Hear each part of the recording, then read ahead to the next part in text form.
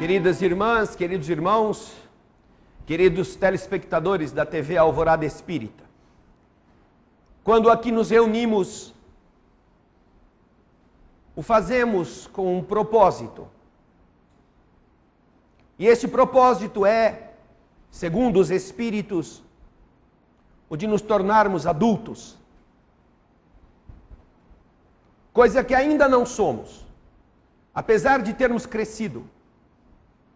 Apesar de termos corpos amadurecidos biologicamente,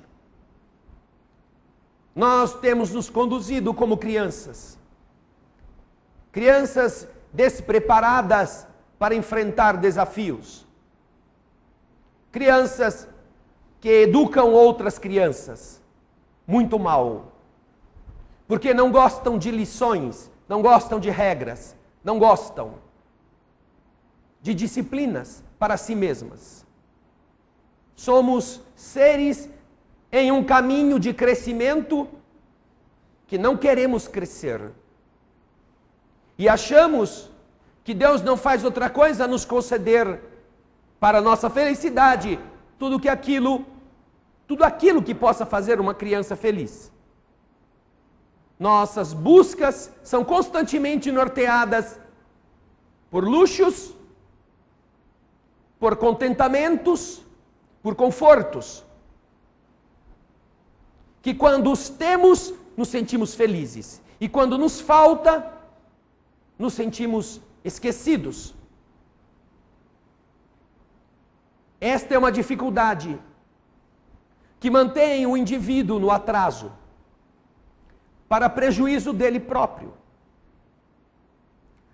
Há algo muito importante que as pessoas não pensam, não porque não sejam capazes, mas porque estamos mal acostumados quando nos referimos à relação com a divindade. Nós achamos que a meia dúzia de lanches que demos alguma vez para alguns famintos serão suficientes. Achamos que a nossa frequência a certas igrejas vão compensar. Achamos que nossas condutas de dar coisas ou de ajudar mesmo sem ser dando coisas serão capazes de abrir as portas do paraíso celeste. Só que este é um engodo, é um engano, não produzido por Jesus, muito menos pela doutrina espírita, mas produzido, gerado, gestado pelo nosso desejo de negócios. Nós achamos que o mal se compensa com o bem. Mas isso não é verdade. O bem garante ao seu agente os benefícios e os méritos naquilo que foi o seu acerto. E o mal precisa ser reparado. O espírito André Luiz, que as pessoas conhecem bastante das obras de Francisco Cândido Xavier, entre as quais a mais famosa, Nosso Lar,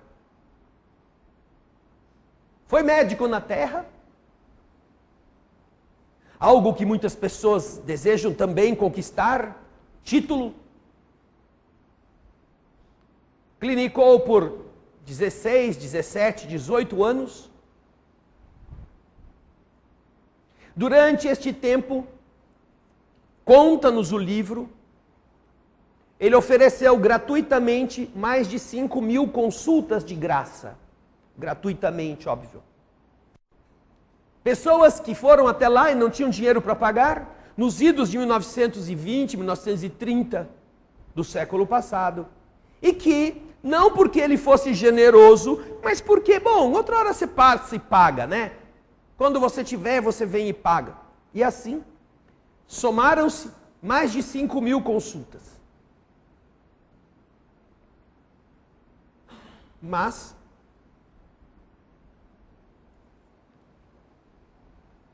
precisou enfrentar o câncer intestinal decorrente da sífilis que ele contraiu quando jovem. E mais do que isto, da sua postura nervosinha, irritada, e que por causa disso produziu nas pessoas com quem ele se relacionava vibrações antagônicas de raiva que atingiam-no e tornaram aquilo que poderia ser uma doença menos grave em um tumor cancerígeno que garantiu a ele 40 dias de internação hospitalar. 2 cirurgias para tentar resolver a questão.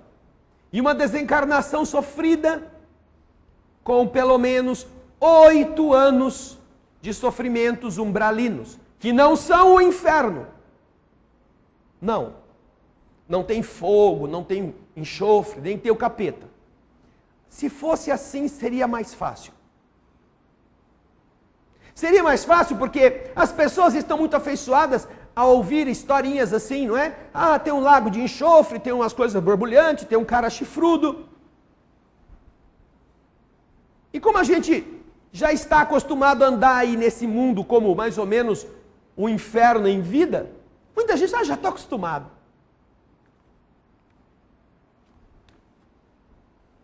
Seria bom que fosse só isso. Mas o umbral, onde André Luiz passou 8 anos sendo perseguido por entidades monstruosas, como ele conta, e que ele só não aprofunda mais para não gerar na cabeça dos leitores nenhum trauma, mas ele dá a entrever a situação, ele teve que enfrentar por aquilo que ele foi. As 5.000 consultas não evitaram que ele estivesse lá. Talvez se ele não as tivesse dado, o tempo que ele ficou ali fosse mais longo. Mas, imagine ficar 8 anos numa situação complicada, para dizer pouca coisa. Então nós estamos iludidos porque somos crianças. Às vezes a gente escuta umas pessoas dizer assim: ah não, Deus não vai deixar que essas coisas aconteçam, Ele é uma pessoa boa. Ou então, o que é pior, como é que essa pessoa tão generosa, essa pessoa que vai na igreja, essa pessoa que paga o dízimo, essa pessoa que ajuda todo mundo, ficou doente? Onde estava Deus que não impediu que isso acontecesse? Nós somos tão crianças, tão infantis, que nós imaginamos a relação com a verdade passível de ser manipulada. Tão acostumados que estamos a ver manipulações de todos os tipos, não é? Achamos que a Odebrecht está no céu também, passando propina para este, para aquele, para ver se consegue. O carinha lá do centro espírita, a pessoa que deu o frango na quermesse, quem sabe, não é? Não funciona assim. Ninguém tira de você o bem que você tenha feito com sinceridade. Mas também todos os que fazem o bem por interesse vão ser desmascarados diante da verdade. Mas também ninguém tira de cada um de nós a responsabilidade para corrigirmos o que fizemos de errado. Quando não é a lei que determina isto, quando não é a lei, é a justiça. E quando não é a justiça, é a própria consciência de culpa. Às vezes a lei nos atinge, cobrando-nos por coisas que fizemos de errado. E então somos obrigados pela lei a corrigir, seja com a prisão, seja com a indenização. Mas isso ainda não significa que nós nos tornamos melhores. Se nós não nos tornarmos melhores ao fazermos aquilo, então entra em jogo a justiça do universo. Você deu a indenização. mas você continua mesquinho. Porque o que você fez com aquela pessoa que levou você à justiça, você continua a fazer com outras pessoas. Você não mudou nada. Apenas ainda não foi pego. A justiça do universo, portanto, contabiliza em nossa conta o dever de passar por situações que nós deveremos aprender a respeitar o outro. Em tudo. E quando, por alguma situação qualquer, nós nos coloquemos em um estado mental de equilíbrio, quando ao deixarmos o corpo, ou durante o corpo, nós, por termos mudado, por termos descoberto a responsabilidade de viver, por termos entendido como funciona o mecanismo do universo, nós pomos a mão na cabeça e dizíamos assim, puxa vida, mas agora olhando estas coisas e vendo o que eu fiz, quanta coisa errada. Eu preciso consertar isto.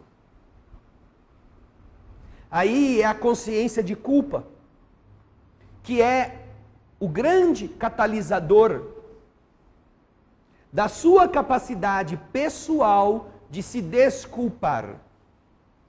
Porque aí você chega de verdade aonde o universo nos põe.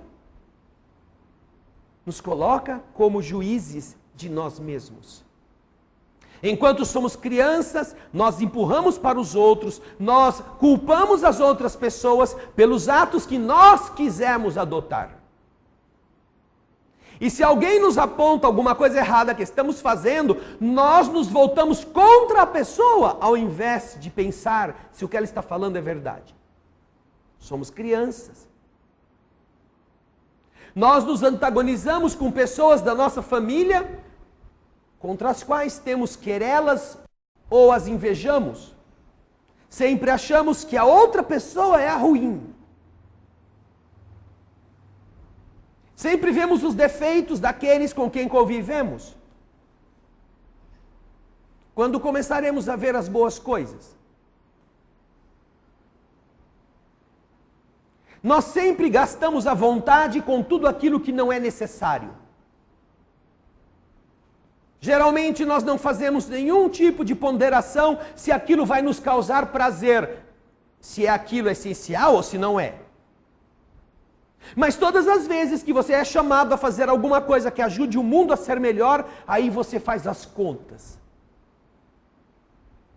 E daquilo que você percebe que tem sobrando, você tira 1% e começa, com muita má vontade, a entregar, porque alguém te obriga. Ou porque você espera que com isso, lá em cima, alguém anote que você fez esta ajuda. Entramos então na contabilidade. Estamos fazendo porque sabemos que quando chegar a hora de ficarmos lá no escurão, a gente pode bater, escuta, e aquilo lá, lembra? Lembra do frango da quermesse?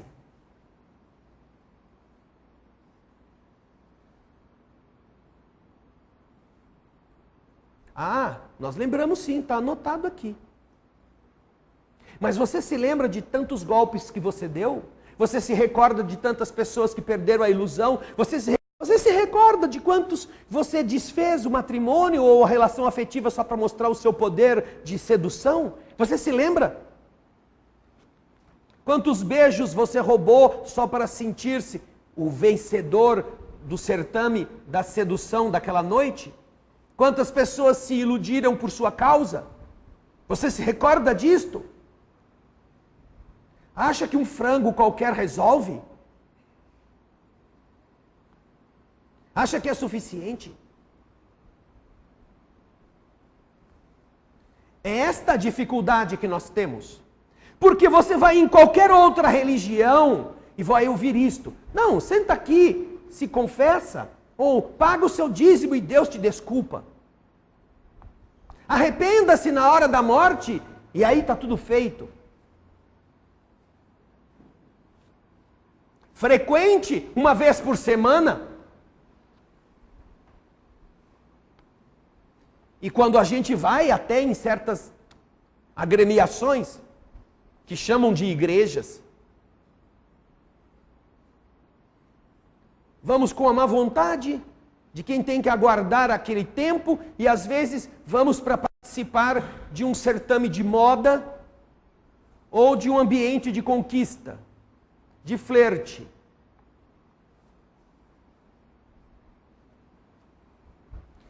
Esperamos receber de graça, assim, de mão beijada, o mapa de acesso aos atalhos que nos conduzem aos arcanjos do céu. Nós precisamos entender que não é assim, nem nunca foi assim, vindo da boca de Jesus. Jesus nunca disse que seria assim. Ao contrário, Jesus disse com clareza: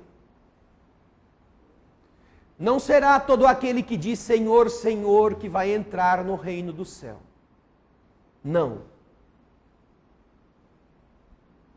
Só entrará no reino do céu aquele que fizer a vontade do meu Pai, que está no céu.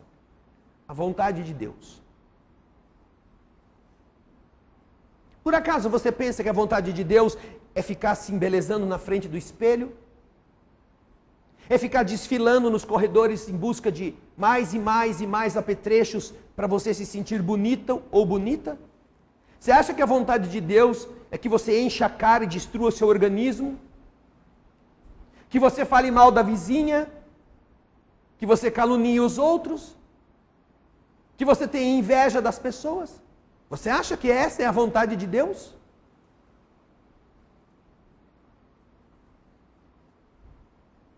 Se nós entendêssemos então o que as primeiras escrituras do Novo Testamento nos relegam, já estaríamos agindo de outra forma, faz tempo. Já não estaríamos aqui, no mundo dos mais atrasados. Já teríamos saído um pouquinho, já teríamos ido fazer uma excursãozinha para um mundo melhor. Mas nessas horas nós nos esquecemos. Nós deixamos de lado valores que poderiam nos fazer espíritos luminosos e gostamos de viver no lodo, com a desculpa que todo mundo faz. Todo mundo faz. Por que eu não posso? Por que eu vou ser diferente?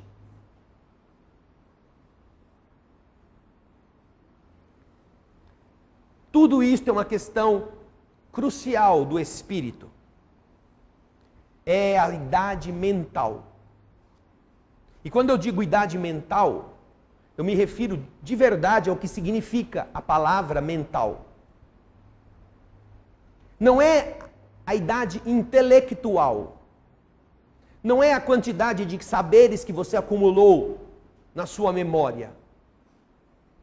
Não é se você fez faculdade, mestrado, pós-mestrado, doutorado, pós-doutorado, se você é especialista em alguma porcaria destas. Não. A idade mental, o seu espírito, como se relaciona com as realidades do mundo. Como você observa as condutas que você mesmo adota. Tem coragem de pedir desculpa quando erra?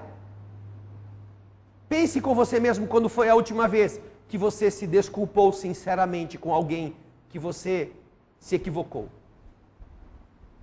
Tem coragem de ir se retratar quando faz alguma coisa ou fala alguma coisa que não corresponde à verdade? Tem coragem de assumir que você estava com raiva e por isso teve aquela atitude?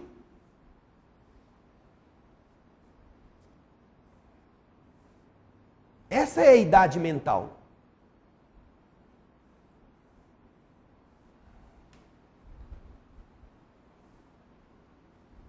A idade mental se mede também pela quantidade de coisas que você acumula.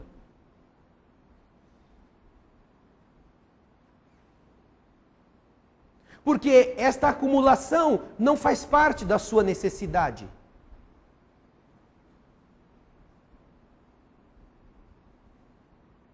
Aqueles que estão aqui na Terra há mais de 50 anos, quando eram crianças, se recordam do que eu vou dizer. Você chegava nas casas, fosse de quem fosse, do padrão médio, e as pessoas tinham um quarto onde dormiam, uma cama, e qual era a outra peça importante que ficava lá?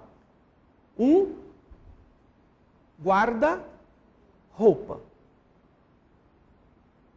Um guarda-roupa. Geralmente, quando era o quarto do casal, era um guarda-roupa maior para o homem e para a mulher. E cada quarto onde os filhos estavam, tinha também um guarda-roupa. Não era nenhuma coisa embutida na parede. Era um móvel que tinha umas portas, era um cercado de madeira com tampa e que às vezes tinha gaveta. E ali estava toda a roupa da família.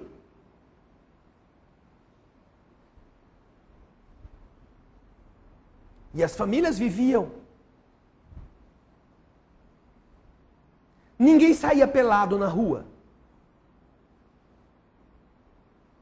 Aquilo era o armazém de tecidos de cada pessoa. Hoje em dia, você não pode mais viver com um guarda-roupa. Você precisa ter um cômodo, geralmente, para guardar roupa. Um cômodo, repleto de armários.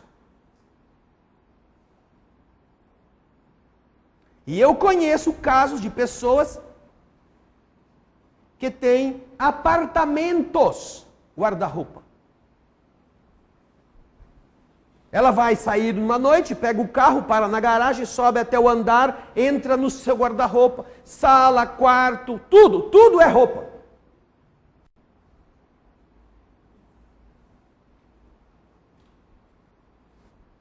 Esta é a idade mental. Se cada um de nós não tem coragem de se desfazer de um monte de coisas, de badulaques inúteis, é porque estas coisas são donas de você. Não é você que é dono delas. E nisso estão bijuterias, joias, esses pendurucalhos que as pessoas se disfarçam. Nós estamos vivendo a época do disfarce. Por isso que nós precisamos ter tanta roupa. Porque para você se sentir feliz, você tem que vestir-se. Para você se sentir melhor, você tem que se sentir por cima dos outros. Você não pode repetir uma roupa, porque o que vão dizer de você? Me digam, há 50 anos atrás, o que falavam da sua mãe? Lá vem a mulher do vestido vermelho. Ela era conhecida na cidade inteira, porque só usava aquele vestido vermelho. E se fosse, o que ela dizia? Dane-se, é o que eu tenho. Hoje é um sério problema andar de vestido vermelho por aí, eu não aconselho ninguém a fazer com justas razões. Mas nós temos que entender que nós precisaremos nos medir por estas coisas. E a nossa idade mental é que vai dar para nós o nosso grau de saúde. Esta saúde do corpo, que às vezes está um pouco debilitada, esta saúde da emoção, que às vezes não está boa, está vinculada à idade mental.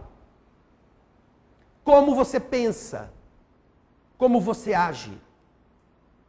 O que você usa para tornar-se uma pessoa com ideias luminosas, mais luminosas do que as que você tinha antes? Que tipo de programa você assiste na televisão? Porque o que a televisão mostra para você é, na verdade, um retrocesso ao jardim da infância mental. Se você passar uma semana, e nesta semana você contabilizar que assiste mais de 2 horas por dia de televisão, compra um saco de fralda.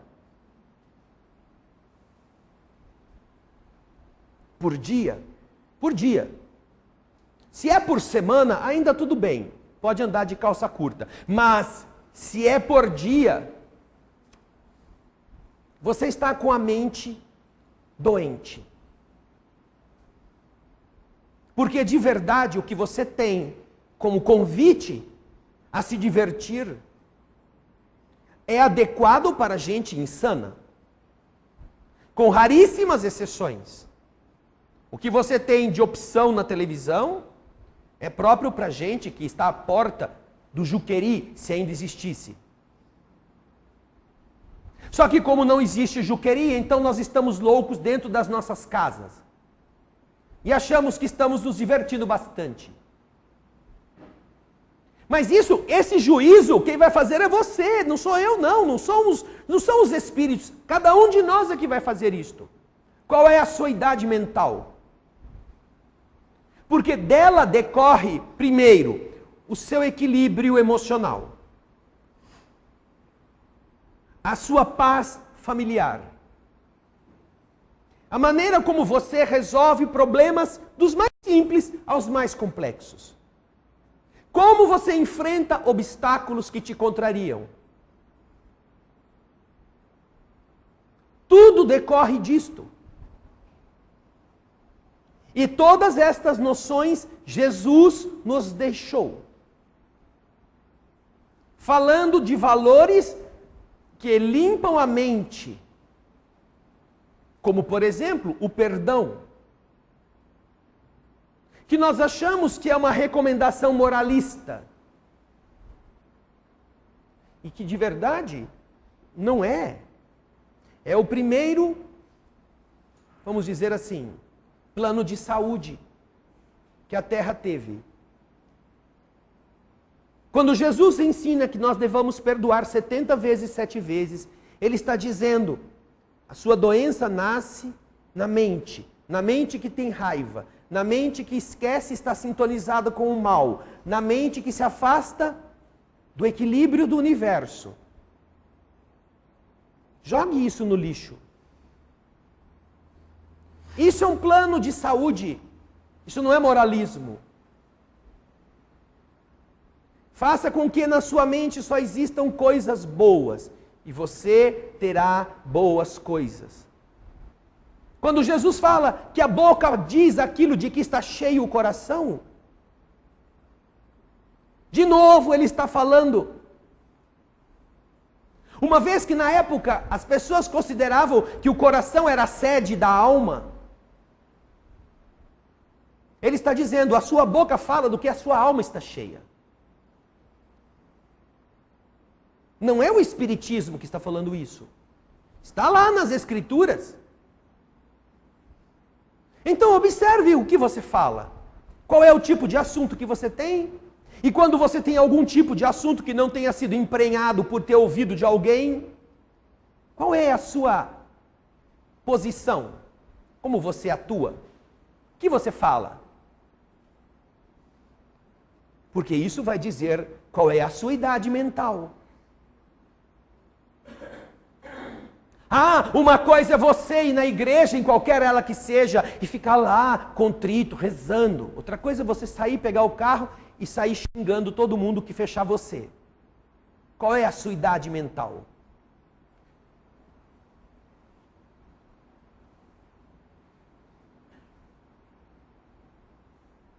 Saber conduzir-se em determinados ambientes, você consegue fazer isso com um pouquinho de educação social. Mas saber ser você sempre significa você conhecer-se. E às vezes é surpreendente você encontrar uma pessoa em determinado lugar em que ela tem uma postura assim, tão respeitosa, e aí você vai numa festa em que a pessoa está lá caindo pelas tabelas de bêbada. Não é possível. Essa pessoa é aquela? Como é possível que ela seja a mesma? Não, então quem é a pessoa? Às vezes nós nos lembramos desse exemplo que aqui vem a calhar. Você vai ao shopping e tem que ir em 2 lugares. Você chega no primeiro lugar, a pessoa te atende,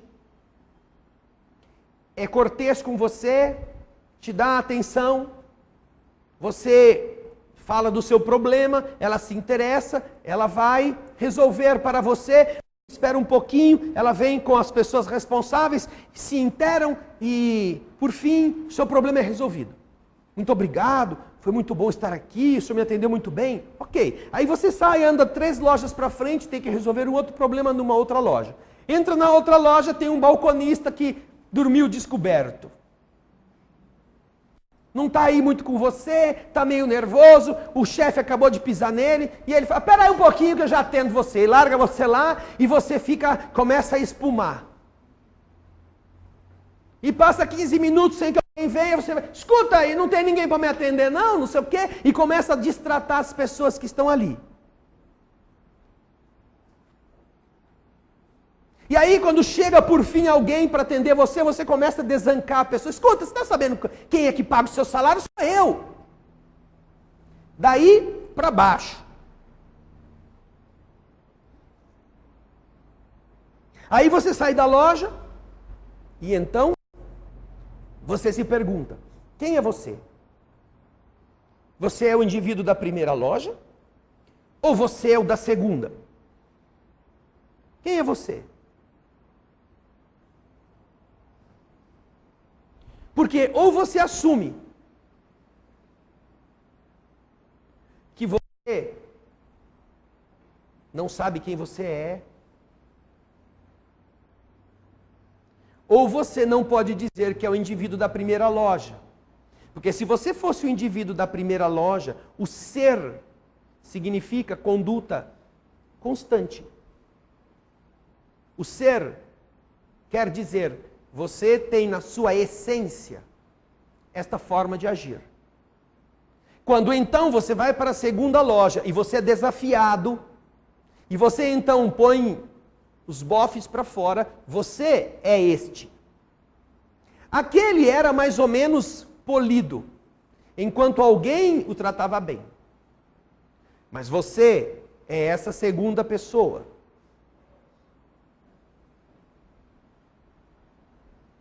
Porque se não fosse, se você fosse o primeiro, você teria dito, desculpa, viu, olha, você está um pouco nervoso, eu vou ter que fazer outras coisas no shopping, vou dar uma olhada, depois eu volto aqui para você me atender. Você teria saído da loja, você teria deixado o balconista pensando no que fez, e depois de meia hora você voltaria, para ser atendido por ele mesmo.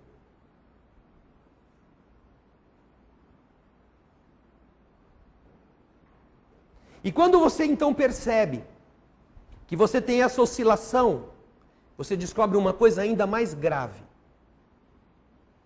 que nós não gostamos de descobrir. Que não é você que se governa, são os outros que te governam. Alguém que te trata bem, encontra em você uma resposta boa. Alguém que te trata mal, encontra a jararaca que você é. O porco-espinho que você é, pronto para soltar suas farpas. Não é você que decide isso. São as outras pessoas. Isto significa imaturidade mental. E é disso que nós vamos sofrer. Os cânceres, as enfermidades alérgicas, os problemas físicos ligados aos processos gástricos, circulatórios, de tensão, as doenças autoimunes, elas estão vinculadas a esta origem. Claro que quando você bebe veneno, não é porque você foi menino no pensamento que você vai morrer. Você vai se intoxicar com aquilo que bebeu. Ainda além de tudo tem isto. Você não pode excluir o lado mecânico daquilo que ingere, que produz malefício. Mas vamos supor que você só coma coisas saudáveis, só coma coisas sem ser transgênicas, sem ser contaminadas por agrotóxicos. Você é perfeitamente equilibrado no que come, no que bebe, no que usa. Ainda assim, pode ser um poço de veneno na mente, nos desajustes. E eu não falo apenas na atitude agressiva, porque também é tão doença quanto a atitude deprimida, depressiva, negativa, pessimista. Isto que não falta na televisão para que você seja. Todos os dias nós somos bombardeados para que fiquemos doentes pelo pensamento. Ah, eu vou lá que hoje é dia de cirurgia espiritual. Dr. Bezerra vai tratar de mim. Mas não será nada surpreendente se ao invés de vir aqui a equipe do Dr. Bezerra, quem esteja mesmo seja a equipe do Roto-Rooter. Sabe, desentopia, limpa esgoto, limpa fossa. Porque para ser Dr. Bezerra, a coisa tinha que estar boa. Mas do jeito que nós estamos, qualquer limpa-fossa resolve. Puxa o tubo aí! Liga o motor! Chupa todos os miasmas. Depois a gente joga um borrifadorzinho com uma aguinha para dar uma... O estado mental das pessoas hoje é sofrível, para dizer pouco. Porque elas se esquecem dessa realidade. E quem as poderia ensinar, não ensina. Porque não querem que estas pessoas sejam livres. Querem que elas dependam de alguém que diga que elas estão abençoadas, que elas estão tendo que pagar tal preço para serem absolvidas. Não, não precisa. Desde que você saiba como funciona, você é o dono da sua fábrica. Você produz luz ou produz escuridão. E você se alimenta disto. Certamente que Dr. Bezerra escuta, que os médicos espirituais escutam, que eles procuram nos trazer o melhor. Mas como é que eles conseguem fechar a fábrica de venenos se as pessoas comparecem às igrejas única e exclusivamente esperando que Deus faça o serviço? Sem mudar seus hábitos, sem abdicar de certos caprichos, sem olhar para o mundo de uma outra forma. Por compreender, não é porque foi no centro espírita e aquele carinha chato ficou botando um monte de minhoca na minha cabeça para eu ter medo. Não. Não. Não tenha medo. Não tenha medo. Se não acredita, continue sendo do jeito que é. Não temos nenhum problema com isso. Quem vai ficar doente é você. Administre isso. Continue fumando, continue bebendo, continue fazendo o que não deve, adulterando, continue fazendo maldades. Não há problema. Só que prepare-se.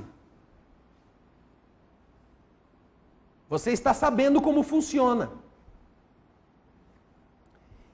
E mais grave ainda, hoje, nós vamos ouvir Emmanuel, o Espírito, que através de Francisco Cândido Xavier, no livro Roteiro, capítulo 26. O título do capítulo é Afinidade. Afinidade. Emmanuel diz o seguinte: o homem permanece envolvido em um largo oceano de pensamentos, nutrindo-se. O que é nutrindo-se? Hã? O que é nutrindo-se? O que é? Eu vou dar uma dica, ó. O que é?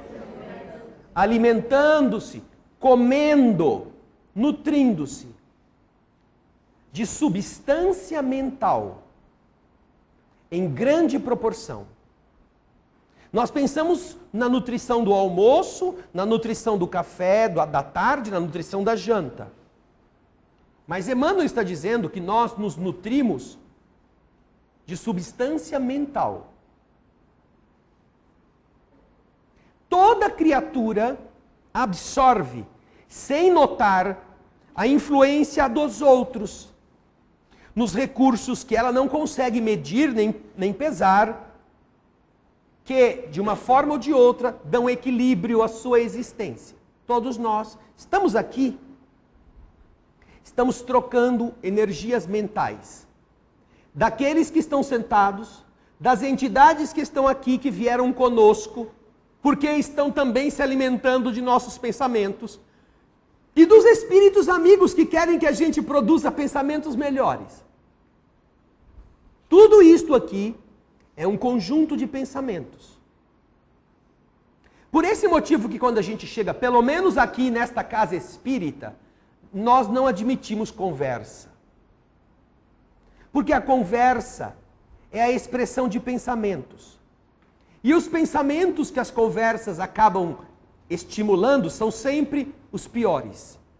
São sempre pensamentos de queixa, pensamentos de reclamação, pensamentos de indignação. E as conversas vão expelir tudo isto, chegando ao ouvido dos outros, que também vão começar a vibrar com seus pensamentos naquele mesmo assunto.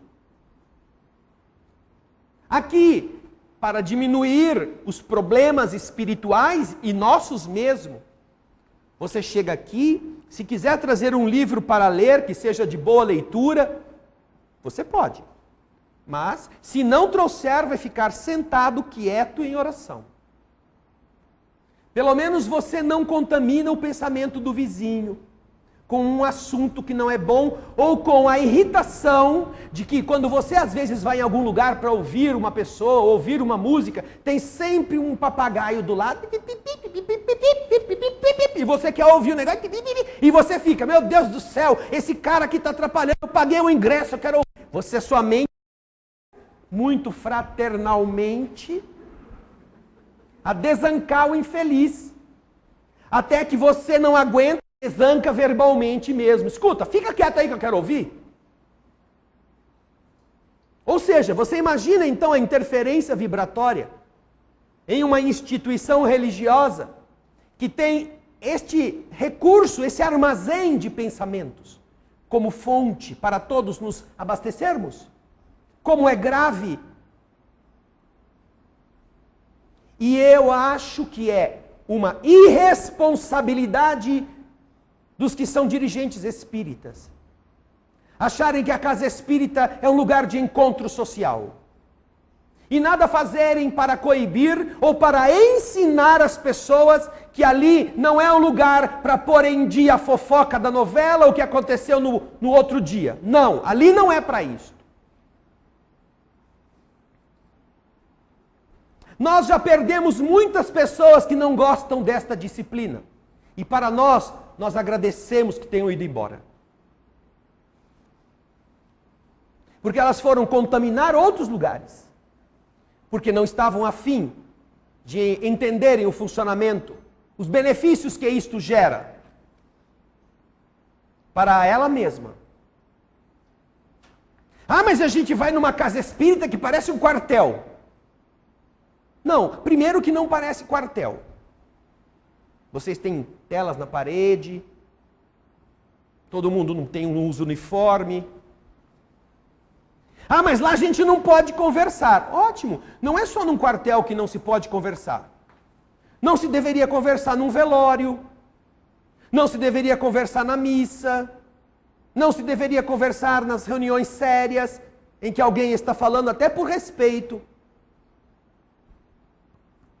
Mas é que essas pessoas são indisciplinadas, são irresponsáveis, mas elas não têm o direito de estragar o que os espíritos estão procurando manter, que é o armazém de pensamentos o mais limpo possível. Para nós é um favor que vão embora. Existem muitos outros centros muito melhores do que o nosso, onde você pode contar até o que aconteceu com a sua cachorra, enquanto não começa o passe. Mas aqui não é assim. Por causa disto aqui, que nós absorvemos sem perceber a influência dos outros, naquilo que nos equilibra ou que nos desequilibra. Isso acontece em família, dentro de casa. Os conflitos ou as harmonias não precisam de palavras.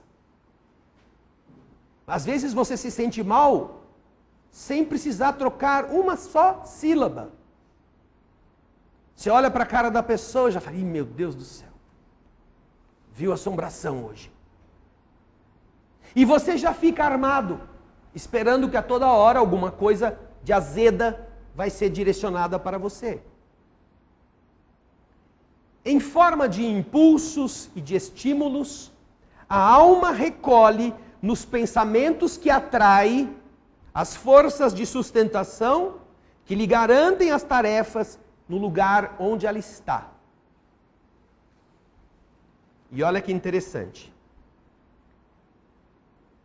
O homem, e aqui é importante colocar que quando Emmanuel escreveu esse livro, foi em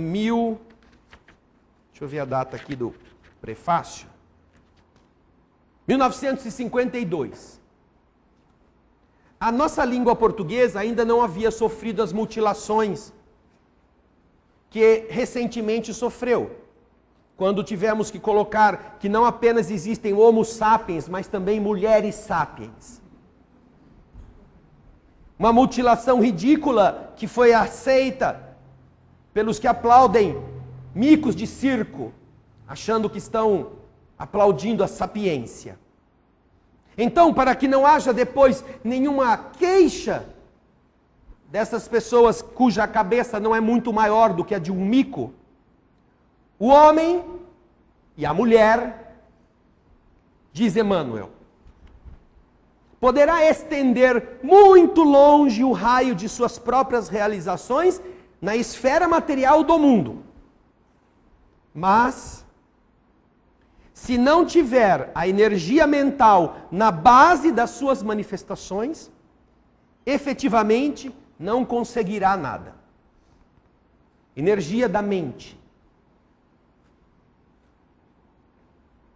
Fazer as coisas com a noção de que o que enraiza a realização não é só ela ser bonita ou exuberante, é ela estar alicerçada em uma ação mental poderosa. Sem os raios vivos e diferenciados dessa força, os valores evolutivos dormiriam latentes em todas as direções.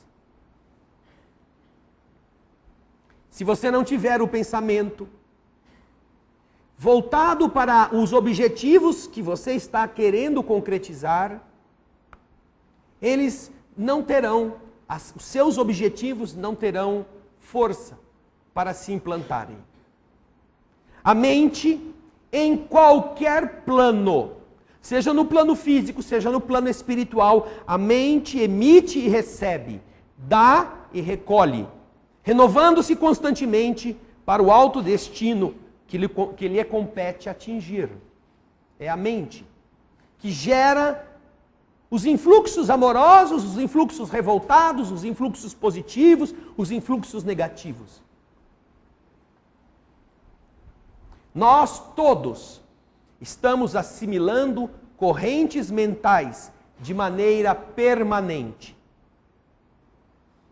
Quando nós nos sentamos aqui, e se você está em casa em um grupo de pessoas, no momento em que você está concentrado num assunto, e no caso aqui, observando um tema, num ambiente em que, desde quando você chegou aqui, você já sabia o que estava destinado a ser tratado, alguma coisa espiritual, você se sentou, você manteve o silêncio, mesmo que o seu pensamento estivesse voando, você se manteve, pelo menos em silêncio. O mundo espiritual cria algo que se chama de corrente mental. Cada um é uma fonte. E esta fonte vai se conectando na medida em que vai se harmonizando, que a pessoa vai deixando aquelas ideias, aquelas preocupações diárias, vá pensando, ouvindo a música, e a música é um fio condutor que acalma. Então estabelece-se um circuito, como aqueles que a gente põe na árvore de Natal, e que uma lâmpada puxa a energia e fornece energia para a outra. Criando então uma assimilação para haver uma padronização serena de energias. Porque já quando chegam aqui, já quando estão sentados aqui, o mundo espiritual já começa a tratar de cada um. É nesta circunstância que você consegue desconectar-se de entidades inferiores que nos acompanham pelos pensamentos ruins e que não puderam entrar, ou que quando entraram se descolaram da sua ideia porque você passou a um novo padrão vibratório. Nós assimilamos correntes mentais de maneira permanente, de modo sem perceber. Olha o que ele usa aqui, nós ingerimos pensamentos. Não é uma linguagem figurada, não, nós ingerimos pensamentos, em todas as partes onde vamos. Esses poderes de frequências elétricas, frequências magnéticas, são maneiras de abastecimento do ser, que somos também oriundos de uma fonte magnética. Nosso corpo físico só funciona na base da eletricidade. Nós somos uma pilha. Por que que se você ficar sem comer uma semana, 15 dias, você não morre, mas se ficar 3 dias sem tomar água, você começa a entrar em colapso? Porque a bateria precisa ser liquefeita. Os sais que estão aqui em nosso corpo só funcionam nesta base. É como bateria de carro. Você de vez em quando, nos carros antigos, precisava colocar água na bateria. Porque é no meio líquido que a energia elétrica é produzida e se armazena por algum tempo. Isso só falando do corpo. O neurônio funciona como transmissor de correntes elétricas, numa velocidade extremamente acelerada. O seu coração depende de impulso elétrico. Nosso corpo funciona em bomba de sódio e potássio. Nossos músculos respondem mecanicamente ou autonomamente, respondem graças à ação elétrica. Da diferença entre ânions e cátions, dos minerais que compõem o alimento que nós comemos. Da mesma forma, nosso espírito também está envolto em um campo magnético. É um campo de energia. Por isso, mais do que o pãozinho, a macarronada ou o bife passado, nós ingerimos pensamentos. A cada instante. E nós, da mesma forma, emitimos de nós, projetamos, como diz Emmanuel, ao redor da nossa individualidade, aquelas forças que nós acalentamos. O que é acalentar? Acalentar. Cuidar, agasalhar, guardar com carinho. Se nós guardamos com carinho sentimentos A, nós estaremos emitindo de nós mesmos sentimentos A, pensamentos A, vibrações A.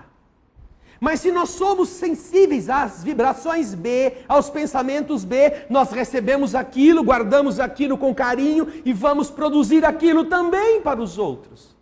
Vamos emitir pensamentos B. Por isso, quem não se habilite a conhecimentos mais altos, quem não exercite a vontade para se sobrepor às circunstâncias de ordem inferior, sofrerá invariavelmente a imposição do meio em que ela se localiza. Você está em um meio pessimista, em um meio negativo, em um meio que só é marcado pelas coisas ruins. Você precisa sair disto. Você precisa fazer um esforço. Você precisa buscar formas de se abastecer com outro tipo de comida. Porque se você não fizer isso, você vai comer aquilo e vai ficar igual. Vai ficar do mesmo jeito. Eu sempre me surpreendi quando via notícias de lugares muito violentos em que as pessoas moravam e que todo dia morriam 5, 6 pela chacina ou pelo crime organizado. E eu ficava bobo de ver a quantidade de pessoas que estava ali. E eu me perguntava, por que essas pessoas não saem dali? Por que tem tanta gente ali se o negócio é tão ruim? Certamente vão dizer, não, é porque é aqui que eu comprei a minha casinha, foi aqui, é aqui que meu avô morava, minha família morou, é aqui que eu nasci, é aqui que é a minha vida. Eu fiz toda a minha vida aqui. Poxa, mas você está correndo o risco de perder a sua vida aí? Será que não está na hora de você pensar em dar uma arejada? Eu digo isso por mim. Porque se Deus tivesse me dado a prova de viver, de nascer num lugar desse, eu acho que quando eu começasse a engatinhar, eu fugia. Eu fugia. Eu ia embora. O que você está procurando? Você está no lugar que te abastece. E então, se você passa 1 ano, 2 anos, 3 anos, 5 anos, 10 anos no mesmo lugar e reclama dele, você não é diferente. É isso que você gosta. Porque se você não gostasse disso, você teria, como diz Emmanuel, exercitado a vontade para se sobrepor às circunstâncias e ter ido buscar algo que não fosse mais aquilo. É você que define. Aí as pessoas vão na igreja e dizem, ai Deus, me tira daqui, por favor, ou então mata o meu chefe porque ele é muito chato. Ué, por que você não se demite? Eu raramente encontrei na minha vida alguém que gostasse do que fazia. Raramente eu ouvia as pessoas dizerem assim, eu adoro o que eu faço, eu adoro trabalhar toda segunda-feira. Eu entro em depressão quando chega a sexta. Que eu tenho que ficar 2 dias sem fazer nada na minha casa. Ah, mas domingo é o melhor dia. Nunca vi ninguém feliz com a atividade que escolheu. Mas você foi obrigado a fazer isso? Não, eu comecei aí estou indo. E por que você não muda? Ah, mas agora eu vou ter trabalho, eu vou ter que estudar de novo, agora eu vou ter que me demitir. Em todo lugar é ruim, né? Ó a conversa do incompetente. Em todo lugar é ruim. Ora, procure um lugar que não seja. Procure fazer alguma coisa que você sinta felicidade de fazer. Ah, mas aí é que a gente tem conta para pagar, né? Então, mas quem fez a conta? Foi Deus? Deus que foi lá na venda e mandou entregar as coisas que você gostava na sua casa? Foi Deus que fez na loja lá um crediário para você comprar mais 10 vestidos? Foi Deus que trocou o seu guarda-roupa por 3 armários? Foi Deus? Não, foi você. Ué, se livre disso.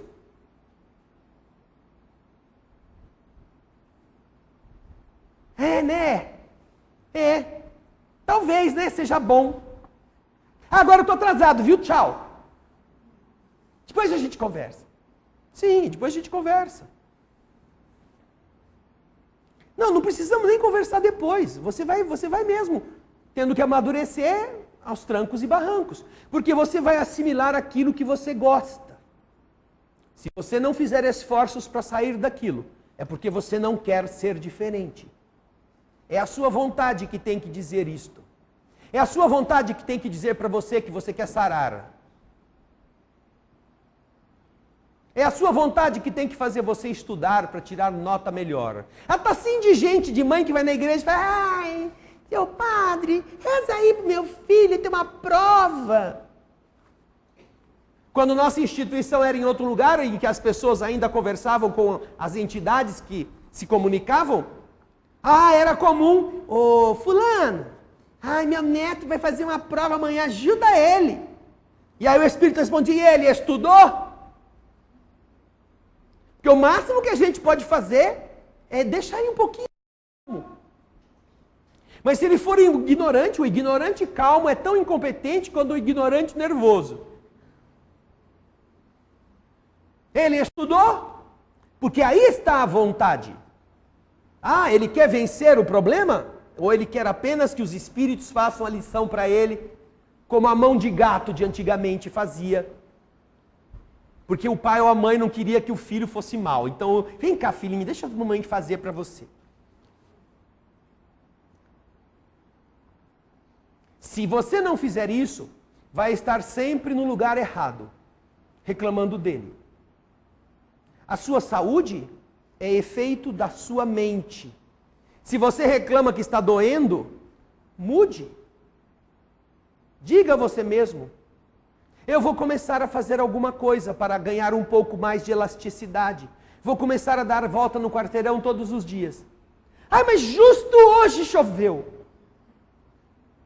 Então, no primeiro dia foi porque choveu. No segundo dia foi porque ameaçou chover. No terceiro dia que já levantou o sol muito quente. No quarto dia que você ficou com sono mesmo. E você nunca deu a volta no quarteirão.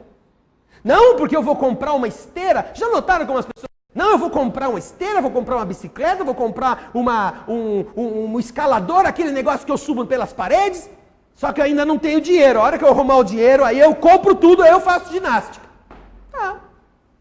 Olha, arruma dinheiro antes do enterro. Porque também no caixão não vai adiantar nada. São exercícios da vontade.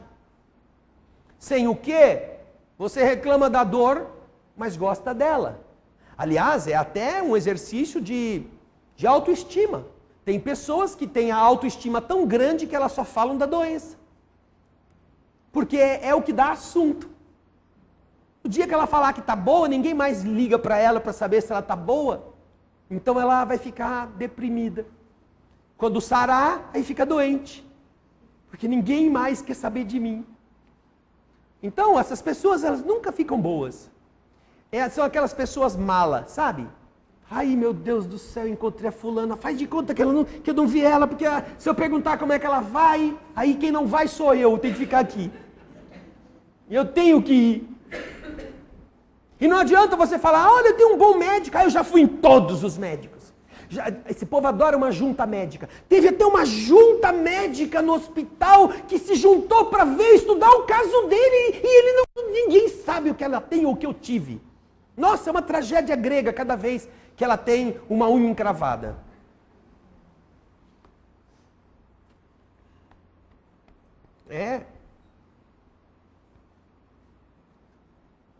Por quê? Porque o exercício da vontade, essa pessoa está enganada a respeito do que é ser feliz, ou se achar importante. Emmanuel diz assim: somos afetados pelas vibrações das paisagens, das pessoas e das coisas que nos cercam. Somos afetados pelas vibrações da paisagem, das pessoas e das coisas que nos cercam. Então as pessoas vão assim: eu estou meio carregado, vou tomar uns passe. Na quinta-feira é dia de passe. Vou tomar uns passes porque depois a gente vai sair, vai na balada. Vai? Então para que tomar passe?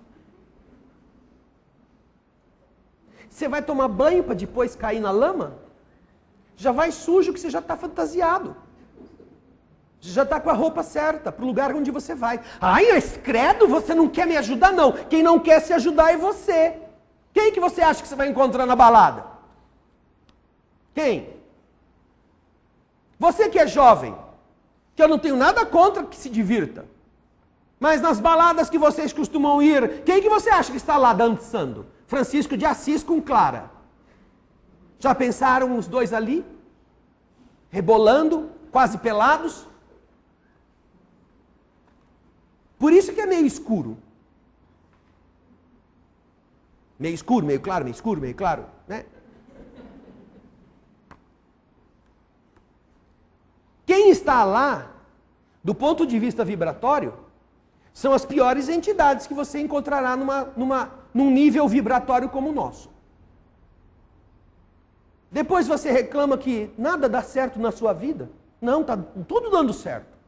Tudo dando como você quis. Porque os lugares onde você vai estão impregnados das energias que são adequadas àquela vibração. Então você absorve vibrações da paisagem, das pessoas e dos ambientes onde vai. E não adianta que alguém diga, não, mas lá é tão bonito, tão lindo. André Luiz, no livro que nós terminamos e que estamos apresentando no Espírito da Letra, chamado No Mundo Maior, e é esse o Gaspar tem aí, ele vai mostrar na tela, a capa. Em um dos capítulos, eles vão acompanhar uma pessoa que vai numa casa de entretenimento. André Luiz é muito distinto. Ele não fala que aquilo era um bordel. Ele fala uma casa em que moças se divertiam. Aí está a capa do livro. Os capítulos, eles estão se sucedendo semanalmente. Nós estamos contando no programa O Espírito da Letra. Mas você pode pegar e procurar, só por curiosidade, e você vai ver o que ele fala. Porque o lugar era bonito, era todo iluminado. Tinha muitas janelas. Geralmente esses lugares, às vezes, alguns são escuros, mas outros são cheios de espelho, cheios de luzes bastante fortes.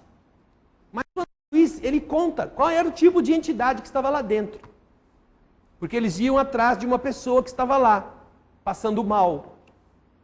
A pedido de alguém que estava intercedendo por ele, pelo infeliz. E a descrição do ambiente, ela é até muito pudica para aquilo que de verdade você entende nas entrelinhas. Porque quando você entra nesses ambientes, quando você está cônscio de onde está indo e você se mantém com a mente protegida, você não está indo nesse ambiente para desfrutar dele. Você está indo, se é necessário ir, para fazer uma tarefa, talvez de ajuda a alguém. Então você está se protegendo a si mesmo da ação negativa, porque você não se sintoniza. Afinidade é o nome do capítulo. Você não se torna afim com aquele tipo de vibração. Você então, pela oração, pela elevação de pensamento, você se coloca em equilíbrio, entra lá, fala com a pessoa, tenta ajudar a pessoa e vai embora, sem misturar-se. Mas as pessoas que vão ali só para curtir, elas estão abertas. Aliás, elas querem aquilo. Elas querem estas emoções. Elas desejam estes tipos de companhia. Portanto, elas não estão opondo-se a esta troca. Na verdade, elas são alimento para essas entidades, porque essas entidades sugam também a atmosfera vibratória de quem frequenta. Elas sugam. E depois continuam, se gostaram do gosto, vão com ela para casa. Aí a pessoa chega em casa, não dorme direito, fica tendo pesadelo, aí passa a semana meio nervosa, meio nervoso, não sabe por quê, aí bate o carro, aí vai mal na prova.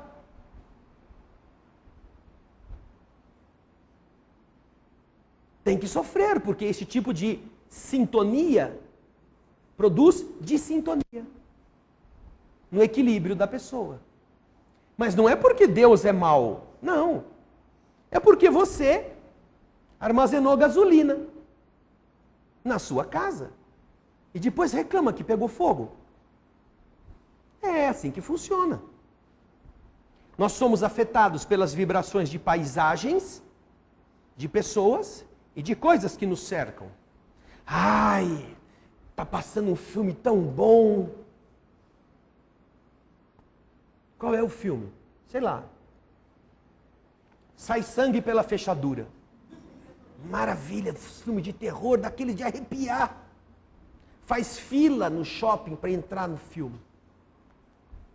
E você quer ver paisagem que te dê paz, que te dê tranquilidade? Assiste a televisão, que você vai sair sangue pela TV. Você não precisa nem pagar. Já está pagando o combo. Combo bomba, combo sangue, combo mutilação, combo... Tem direito a tudo.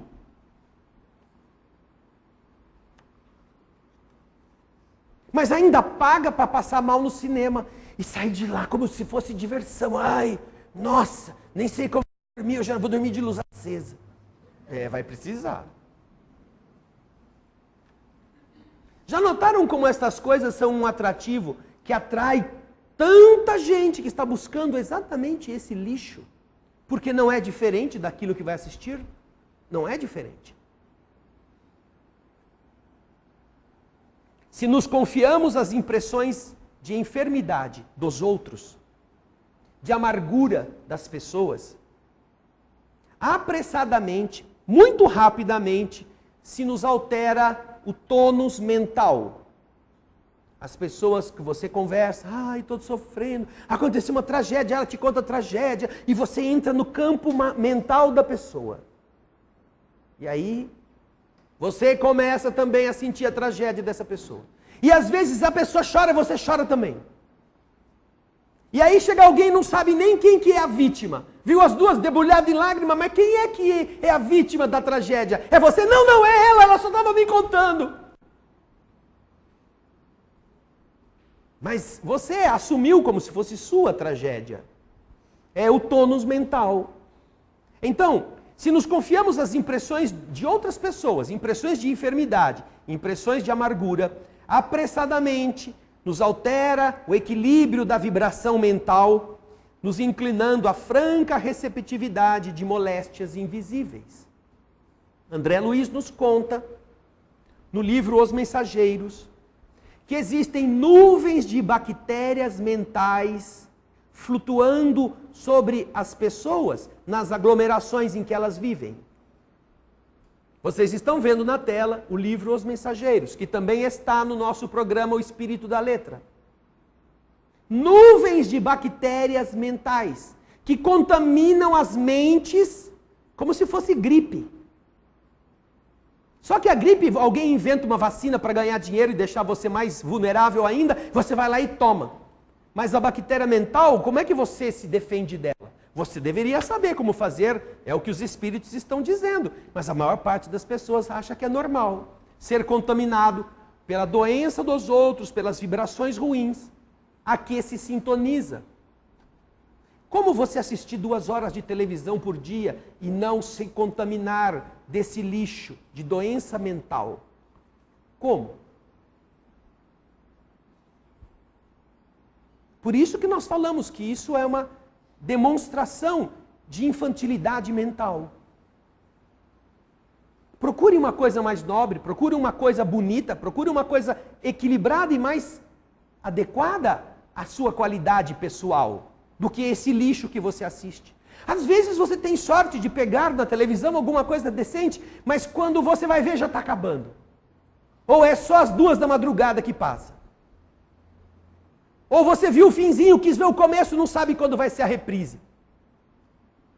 Então, selecione, procure em algum lugar, entre em lugares em que você tenha referências, vá atrás de coisas que te importem. Hoje na internet você tem inúmeras opções.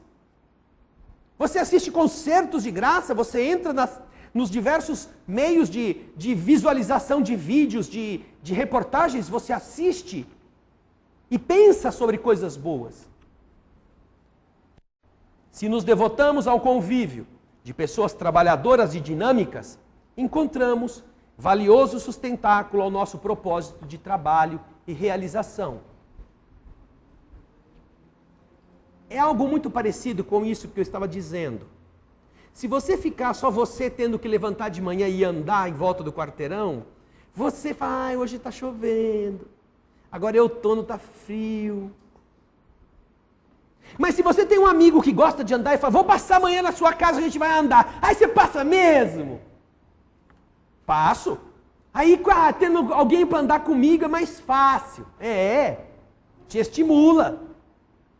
Faz você sair da cama. Mas o que dependia você sair antes?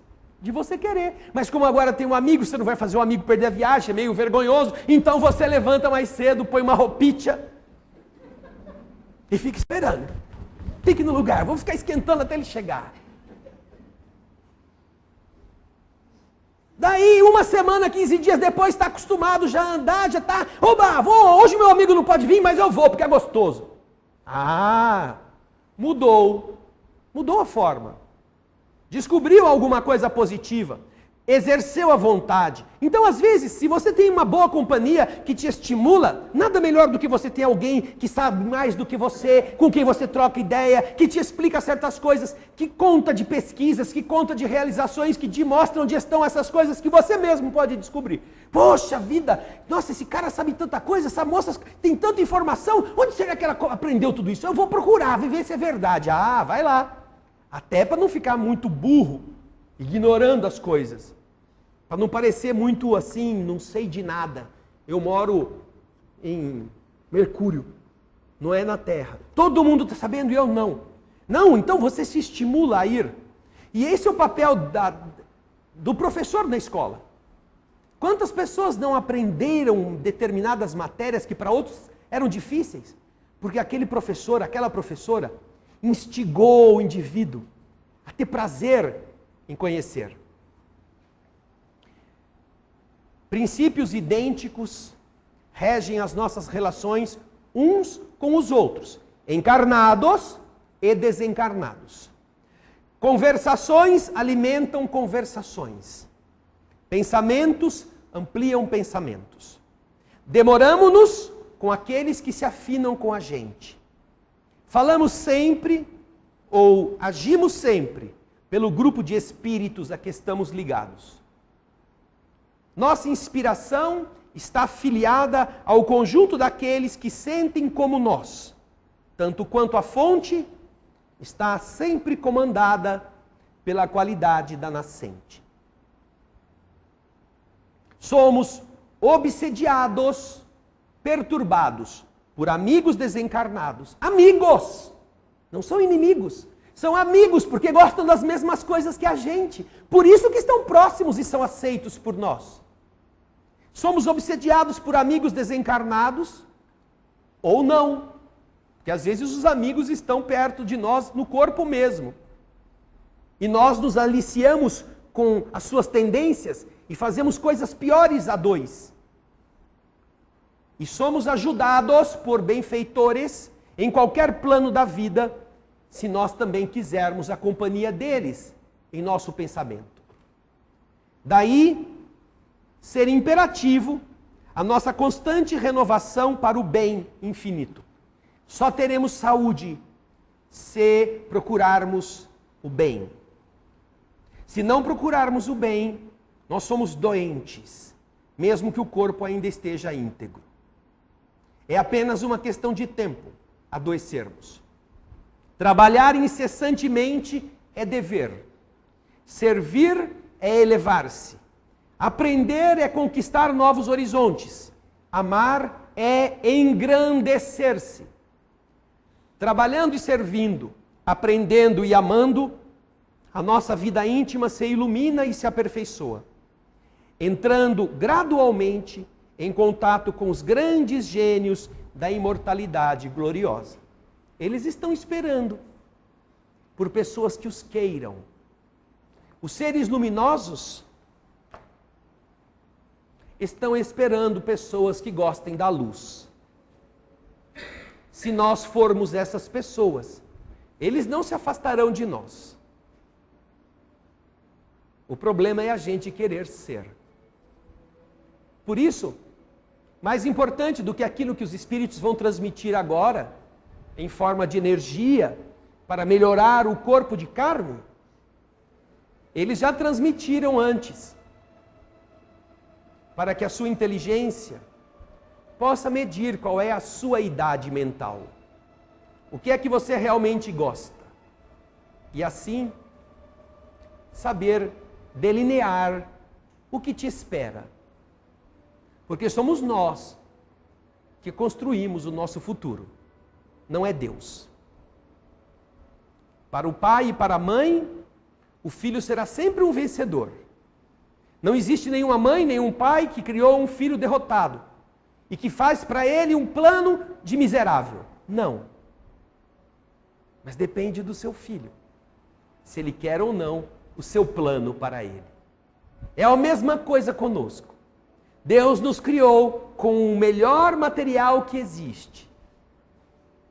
Nos criou para sermos vitoriosos. Mas vai depender da gente desejá-lo. Quando entrarem na sala de passe, pensem nisso. Essa é a saúde que de verdade nunca vamos perder se nós aprendermos a produzi-la. Muita paz.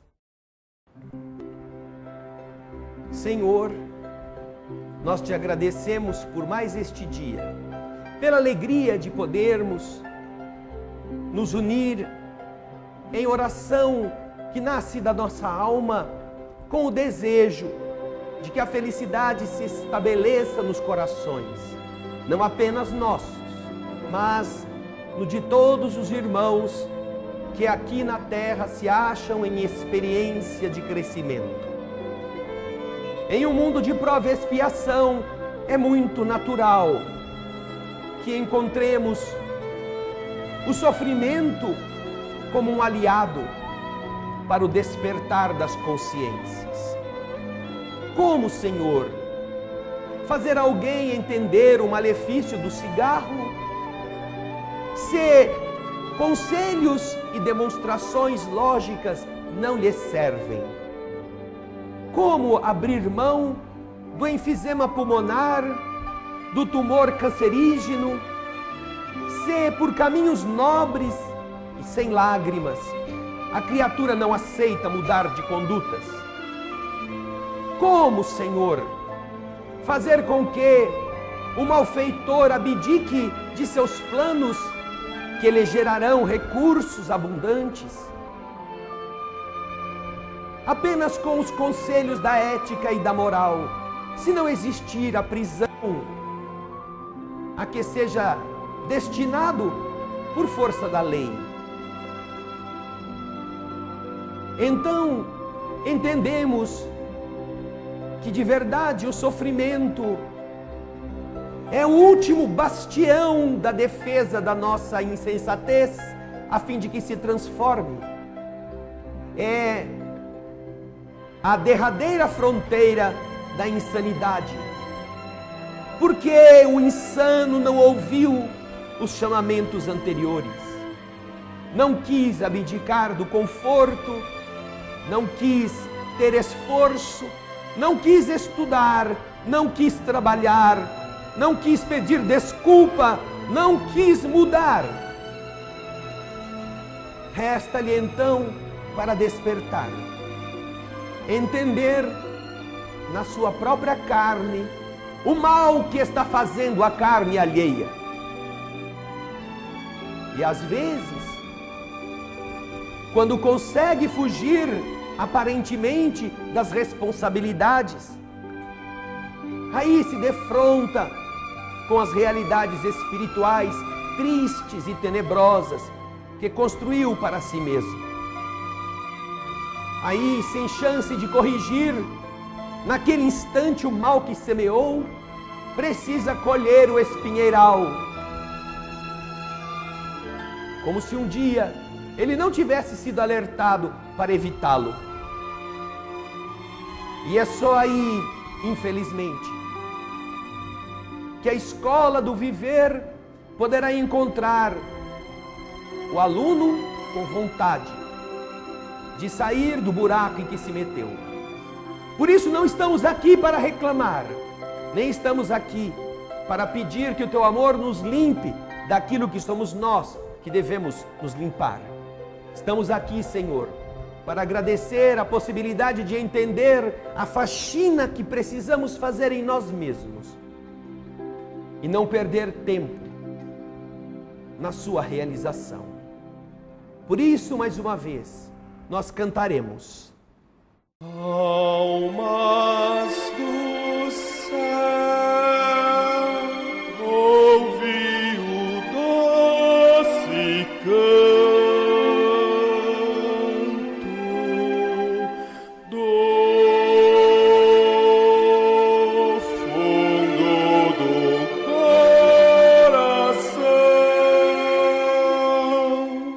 com calor repleto de perfume em flor, como se fosse um só imenso jardim.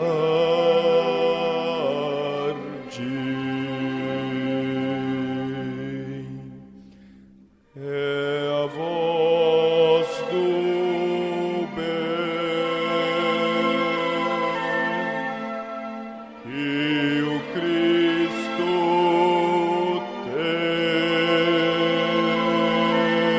tem para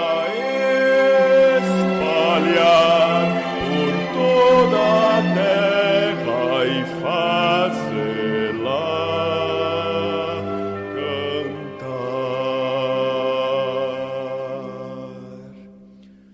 Oh, Jesus, que bom ter-te encontrado nesta estrada de paz e luz. Nós te agradecemos e assim queremos te espalhar, te dividir